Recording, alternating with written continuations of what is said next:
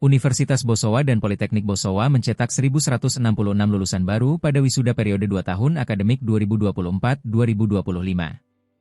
Prosesi wisuda ke-68 Unibos dan ke-10 Poltekbos berlangsung selama 3 hari di Balai Sidang 45 Jalan Urip Sumoharjo, Makassar. Pada hari pertama, wisuda diikuti 229 lulusan Pascasarjana, 96 dari Fakultas Ilmu Pendidikan dan Sastra, dan 57 dari Poltekbos. Hari kedua, diikuti 68 lulusan Fakultas Hukum, 188 dari Fakultas Ekonomi dan Bisnis, dan 123 dari Fakultas Psikologi.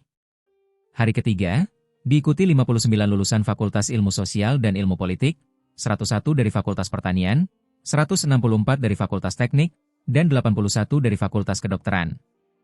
Unibos juga akan mewisuda 1.401 peserta program profesi guru, PPG.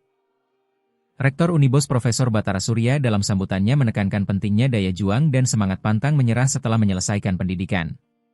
Ketika Anda mampu menyelesaikan proses itu, maka Anda adalah manusia-manusia yang punya legasi dan tanggung jawab tinggi, katanya.